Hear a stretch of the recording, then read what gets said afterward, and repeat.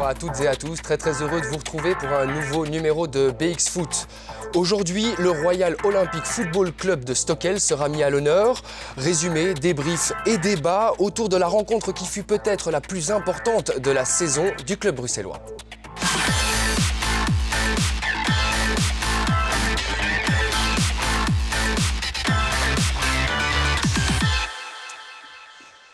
Thierry Delener, bonjour. Vous êtes entraîneur adjoint de l'équipe première de Stockel. Vous avez disputé un match primordial ce week-end face au RSD Jet, un match primordial en vue du maintien. Sans dévoiler le résultat qu'on verra plus tard dans l'émission, comment est-ce que vous vous y êtes pris pour préparer au mieux vos joueurs cette semaine ? Je crois que les joueurs se sont préparés eux-mêmes. Ils savent très bien que chaque match est hyper important. On leur répète à chaque avant-match les qualités qu'ils ont, ce qu'il faut. Je crois qu'ils savent. Ils se préparent tout seuls. Ils se motivent tout seuls. Bon, tactiquement, on remet un petit peu en place, mais tout seul, ça va très bien. Il n'y a pas eu un travail psychologique un peu en amont pour éviter un surplus de stress, de pression ? Non, justement, je crois que cette fois-ci, il y a eu moins de pression. On a mis moins la pression que les autres matchs en disant juste le minimum qu'il fallait dire pour techniquement, et que je crois que le reste est venu automatiquement. Ils savaient très bien qu'ils pouvaient terminer une saison tranquille si on gagnait dimanche. Avant d'aborder ce match plus en profondeur, je vous propose tout de suite de jeter un coup d'œil sur le résumé de cette rencontre entre le RSD Jet et Stockel. Un résumé qui nous a été concocté par Pierre Lambert. Le soleil était présent cet après-midi au stade de Jet qui recevait Stockel. Tous les ingrédients étaient réunis pour assister à un beau match de foot. Si Jet prend l'ascendant dans les premières minutes de jeu, c'est pourtant Stockel qui va ouvrir la marque sur leur première action à la 7e minute par Van den Bosch. Les visiteurs vont même doubler la marque 9 minutes plus tard via Stéphane De Bruyne, qui est pourtant en position de hors-jeu. Le match est à sens unique et il n'y en a que pour les Verts, tant et si bien qu'à la 29e minute de jeu, le numéro 12, Florent Leduc, va inscrire le 3e but de son équipe.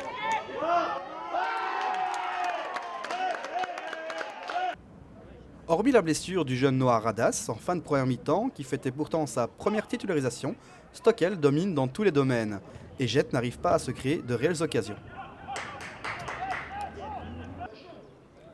Tant et si bien que le coach de Jet tente le tout pour le tout avec 2 changements à la mi-temps. L'occasion pour les jaunes et bleus de passer en 3-4-3. Ce changement tactique ne va pas changer grand-chose, Stockel défend bien et Jet n'y arrive toujours pas. Le gardien local doit même aider son équipe à ne pas encaisser un 4e but. Jet va se procurer 3 énormes occasions, toutes sorties par Thomas Laborne. Finalement, à force d'essayer, Jet va réussir à inscrire ce but qui recherche tant à la 84e minute via Thomas Ruiz. Mais au lieu de se réveiller dans les 10 dernières minutes pour tenter le tout pour le tout, Jet va encaisser un 4e et dernier but avec un doublé de Van den Bosch.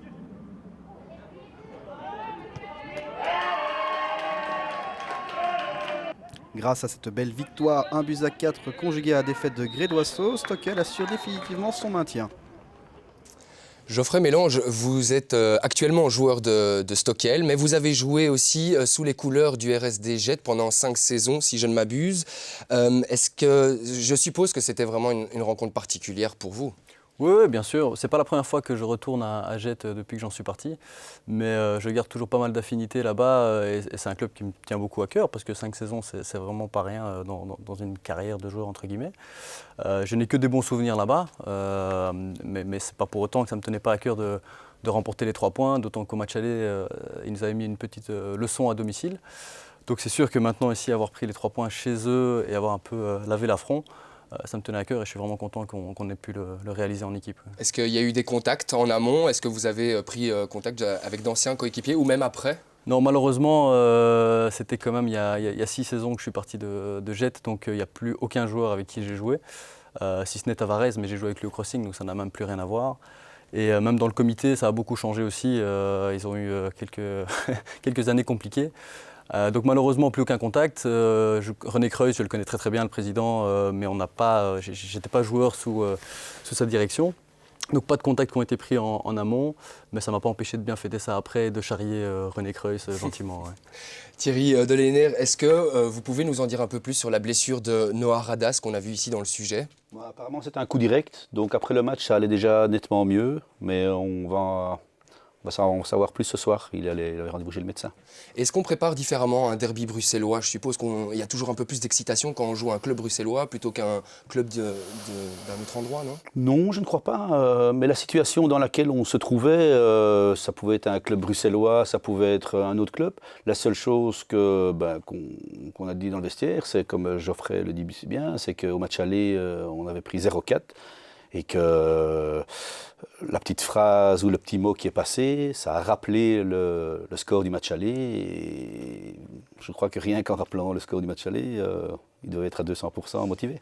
Et est-ce qu'en début de saison, votre objectif, c'est pas justement d'essayer oui, certainement de passer premier de sa poule, mais aussi terminer devant les autres clubs bruxellois? C'est un challenge, c'est un challenge. D'abord, terminer dans les 5 premiers, évidemment, c'était un objectif. Et puis, en plus, si on peut terminer premier club bruxellois, évidemment, on en serait fiers. Je crois que nos politiques de la commune en seraient fiers aussi. Mais voilà, on a eu des circonstances, on fait que, et voilà. En tant que joueur, Geoffrey, c'est aussi que vous jouez à un club bruxellois ou autre, ça ne change rien dans votre tête avant le match? La seule chose qui change, c'est que souvent dans les clubs bruxellois, il y a plus de connaissances de coéquipiers, enfin d'ex-coéquipiers, et qu'on peut les affronter et que ça donne une petite saveur en plus. Ça, c'est vrai que c'est très intéressant. Maintenant, le derby, ça n'a plus vraiment de sens. Je veux dire, Jet, Stockel ne sont pas l'un à côté de l'autre non plus. Quand c'est des derbys scarbécois ou de la même commune, là, c'est intéressant. Ici, voilà, ça n'a pas plus de saveur qu'un autre match, si ce n'est la qualité de l'adversaire. Après, vouloir terminer devant eux, oui, c'était un objectif en début de saison, mais pas nécessairement devant les Bruxellois, c'était devant tous les autres. C'était ça qu'on voulait faire. On a un peu raté pour le moment, ce n'était pas vraiment l'objectif visé. Ça n'empêche de encore être très content de pouvoir battre une équipe comme Jet. Et pourquoi pas encore finir devant eux. Oui, ça, ce serait une petite satisfaction pour sauver la fin de saison. Oui. David Dupont, on ne vous présente plus, consultant du Brussels Football. C'est vrai qu'on se dit que les clubs bruxellois ont un peu le vent en poupe, en tout cas au sein de la première provinciale. Ils se sont tous maintenus. Mais qu'est-ce qui leur manque pour aller chatouiller le haut du tableau? Je ne sais pas, c'est difficile déjà de lutter avec certaines équipes flamandes qui, dans certains cas, ont des budgets qui sont disproportionnés par rapport à certaines équipes bruxelloises. On sait que pas mal de clubs investissent énormément d'argent, ce qui n'est pas toujours le cas à Bruxelles, où on essaye, en tout cas dans une certaine fourchette de clubs, de favoriser un petit peu, en tout cas, la formation. C'est notamment le cas de Stockel, où il y a beaucoup de jeunes, etc. Et puisque vous parlez de vent en poupe, on en profite quand même pour signaler l'exceptionnelle performance de l'Union Saint-Gilloise et aussi le fait que les Rouedem aient repris la première place d'une division 3 amateur où c'est très compliqué. L'Union Saint-Gilloise qui était d'ailleurs sur notre plateau il y a 2 semaines. Mais je suppose que ça doit vous faire particulièrement plaisir à vous que les clubs bruxellois se portent bien en ce moment. Ça doit quand même faire chaud au cœur. Oui, effectivement. Et même si on va plus bas, il y a aussi des clubs bruxellois qui sont en tête. En P2, il y a le BX Bruxelles qui se porte bien, même s'ils ont cédé la première place à l'Anno 1. En P3, c'est 2 clubs bruxellois qui vont se disputer le titre également. Et puis, je répète, l'Union, fierté de Bruxelles, qui va affronter le Standard dans quelques jours. Et Jean-Bray et Marc Grosjean qui espèrent qu'il y aura énormément de monde au Stade Robonin. En effet. Après le résumé de la rencontre, place aux réactions des différents acteurs de cette partie. Des propos toujours recueillis par l'excellent Pierre Lambert. On a eu la chance de marquer assez rapidement, donc ça ouvre les espaces. Surtout dans des matchs comme ça, contre une équipe qui n'a plus rien à jouer, qui vient, il y a grand terrain ici, beaucoup de soleil. Donc nous, on avait encore une victoire à avoir pour s'assurer complètement du maintien. Et donc on a pris le match du bon bout. Et en marquant les premiers, ça nous a facilité effectivement la tâche. Et je pense que derrière, on a pu marquer assez rapidement le deuxième et le troisième. À la mi-temps, on a vu que le coach est repassé en 3-4-3 avec 3 derrière. On pensait que ça allait aller un peu mieux. Mais vous n'êtes pas créé énormément d'occasions non plus? À partir du moment où on perd 3-0, je pense qu'il faut essayer quelque chose quand même pour essayer de marquer un goal le plus vite possible et puis essayer de nous relancer. Comme vous avez dit, malheureusement, on n'a pas eu beaucoup d'occasions vraiment franches. On veut absolument rentrer dans le goal avec le ballon alors qu'on savait frapper des 16 mètres. On marque quand même un goal au final, mais on en prend un 4e juste après, quoi. On a quand même fait une année un peu frustrante, je veux dire, avec les qualités qu'on avait dans le groupe, donc on est passé à côté de notre sujet. je vais être content qu'on s'est sauvé malgré tout assez facilement, je vais dire. Mais il est vrai qu'aujourd'hui, Stockel a montré beaucoup plus d'envie de gagner. L'engagement était plus présent. Et d'office, quand tout ça est présent, bon, la moindre occasion est au fond, quoi. Donc ils ont eu 3 occasions en premier mi-temps, ils mènent 3-0. Bon, le match est terminé, il n'y a pas photo. On attendait cette victoire qui nous sort un peu de tout ce marasme, ce cercle vicieux dans lequel on était empêtré depuis quelques semaines. Maintenant, voilà, ça va permettre de vivre la fin de saison sereinement. Puisque Gré, on vient de l'apprendre, a perdu 1-5 chez eux. Donc que du plaisir et on pourra enfin envisager cette fin de saison et l'année prochaine aussi avec un projet concret. Coach, votre joueur Florent Leduc évoque un projet concret pour la saison à venir. En quoi ça consiste concrètement ? On voudrait d'abord amener une équipe aux attentes et puis on voudrait quand même que via la formation des jeunes, donc des U17, du U19 et malheureusement la P2 qui va descendre, intégrer un maximum de jeunes, je crois que c'est l'objectif de tous les clubs bruxellois qui ont peu de moyens, intégrer les jeunes, les former pour l'équipe Fagnon. Et comment éviter de répéter les mêmes erreurs la saison prochaine pour pouvoir se mettre à l'abri plus tôt dans la saison, voire jouer le haut du tableau ? Je crois que la question est à poser aux joueurs. Je crois qu'ils sont tout à fait conscients des erreurs qu'ils ont commises, des ratés ou des choses qu'il ne fallait pas faire et qu'on ne fait plus normalement à un niveau de P1. Je crois qu'il ne faut pas le répéter. Il suffit, peut-être de temps en temps, mettre encore le petit mot, mais je crois qu'ils en sont bien conscients. Geoffrey, dans son interview hier, dimanche, donc, Hein Van Azebroek a parlé de la chaleur, de la première chaleur de l'année qui aurait pu, et il s'en est peut-être servi un peu comme excuse pour expliquer la méforme de ses joueurs. Vous avez joué aussi entre 20 et 25 degrés en plein après-midi dimanche. Est-ce que vous êtes d'accord avec ces déclarations ? Est-ce que la chaleur, la première chaleur de l'année peut jouer sur les organismes des joueurs ? Je vais déjà donner une réponse classique qu'on entend toujours quand il y a ce genre d'excuses. La chaleur, elle est pour les deux équipes. Donc oui, ça peut affecter la rentabilité, la performance de l'équipe, mais c'est dans les deux cas. Maintenant, c'est vrai qu'effectivement, hier, c'était compliqué parce que le terrain de jet est très grand. Il a fait effectivement très chaud. On a eu la chance que l'arbitre ait bien voulu arrêter après 25 minutes pour qu'on boive un petit coup. Mais il y a eu beaucoup d'efforts qui ont été fournis de notre côté en tout cas. On l'a bien senti dans les jambes et dans le souffle aussi. Mais il y a vraiment beaucoup d'efforts qui ont permis d'avoir la victoire heureusement. Mais avec la chaleur, ça fait une difficulté en plus. Heureusement qu'on a pu surmonter. Mais je pense que tant dans le chef de jet que dans notre chef, c'était plus compliqué de jouer comme ça. On a réussi à mieux le faire. Tant mieux pour cette fois-ci. David, quand l'entraîneur du RSD Jet dit qu'à 3-0 à la mi-temps, le match est plié, est-ce que vous êtes d'accord avec ces déclarations ? Ah oui, il faut être honnête, quand on prend 3 goals en 30 minutes, dont 2 dans le premier quart d'heure, ou en tout cas juste à la 15-16e minute, les joueurs ont les jambes coupées après ça. Mentalement, il faut être fort pour pouvoir réagir, et je pense qu'en tout cas à ce niveau-là, avec des joueurs qui ont d'autres activités, qui ne sont pas professionnels, qui ne sont pas mentalement prêts à vivre et à ne réagir que pour le football, entre guillemets, oui, je pense que c'était terminé. Thierry, vous êtes aussi d'accord avec ça ? C'est compliqué de remettre ses joueurs sur de bons rails en seconde période en étant mené 3-0 à la mi-temps ? On peut dire que c'est compliqué, mais je crois qu'il y a une fierté quand même. Il y a une fierté de chacun, il y a un vouloir, et puis je crois que tout se déroule dans le premier quart d'heure. Si dans le premier quart d'heure, on arrive peut-être à marquer un goal, ou on voit que, alors peut-être on est sur le lancer, mais c'est clair qu'après 0-3 à la mi-temps, et puis qu'après 20-25 minutes en deuxième mi-temps, il n'y a rien qui bouge. Pour une équipe aussi, je veux dire, nous, on avait encore à gagner, mais Jet n'avait plus rien à gagner, plus rien à perdre. Par une chaleur, sur un grand terrain, voilà. Messieurs, je vous propose tout de suite de respirer quelques instants en annonçant les résultats des clubs bruxellois ce week-end, à commencer par la division 3A amateur et le partage 0-0 entre le RWDM et les Francs-Borins. Un nul qui permet aux Molenbeekois de recoller à l'US Rebecquoise en tête du championnat. A noter toutefois que Rebec compte un match de moins à son compteur. De son côté, Gansoren s'est facilement imposé 1-4 sur le terrain de Profondeville, tandis que le Léopold FC a été tenu en échec à domicile, 1 but partout, face à l'entité manageoise. On passe maintenant aux résultats bruxellois qui concernent la première provinciale Brabant et la défaite 0-2 du Crossing Schaerbeek à Butzel. On l'a vu ensemble, Stockel a facilement pris la mesure du RSD Jet alors que le Sporting Bruxelles a dû batailler ferme pour remporter les 3 points contre leader Kerk. Enfin, Renaissance Schaerbeek a accroché un bon point à Kampenhout, leader du championnat, aux côtés de Beerbeek. On termine ce tour d'horizon avec les résultats de la deuxième provinciale ACFF. Avec son succès 4-1 face au Stade Éverrois, l'Annoin prend la tête du classement en compagnie du BX Brussels tenu en échec 1-1 à Chastres. Dans le même temps, le Kosova est allé s'imposer 1-3 à Saint-Josse. Et pour le reste, Boisfort, XL et Etterbeek ont tous fait le plein de points ce week-end dans leurs rencontres respectives. Enfin, on termine par la nouvelle défaite 1-2 de l'équipe B de Stockel sur le terrain de Genappe. Thierry, sur Stockel B justement, condamné à la descente, c'est un résultat qui vous... Je ne sais pas si vous êtes un peu au courant de l'actualité de l'équipe B, mais je suppose. C'est un résultat qui vous surprend?